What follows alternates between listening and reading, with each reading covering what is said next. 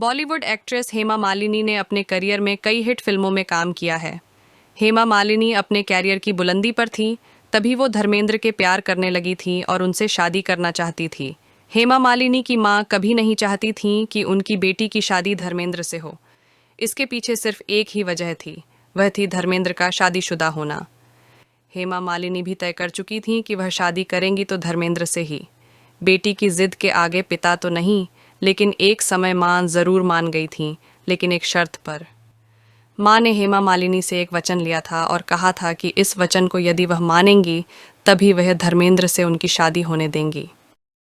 अपनी किताब की लॉन्चिंग के दौरान हेमा ने बताया था कि जब भी उनके मन में शादी का ख्याल आता था तो वह यही सोचती थीं कि वह धर्मेंद्र जैसे ही किसी लड़के से शादी करेंगी। हेमा का कहना था कि धर्मेंद्र उन्हें हर मायने में सबसे बेहतरीन मर्द लगते थे। हेमा ने कहा था कि पता नहीं कब वह धर्मेंद्र के प्यार में पूर्ण गईं और फिर उन्हीं से शादी करने काम मन बना लिया था।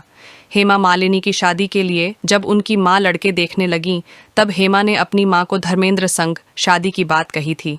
हेमा बातती हैं कि उनकी मां कभी नहीं चाहती थी कि वह किसी के बसे बसाए घर को तोड़े, लेकिन उनकी जिद के आगे वह हार गई थी।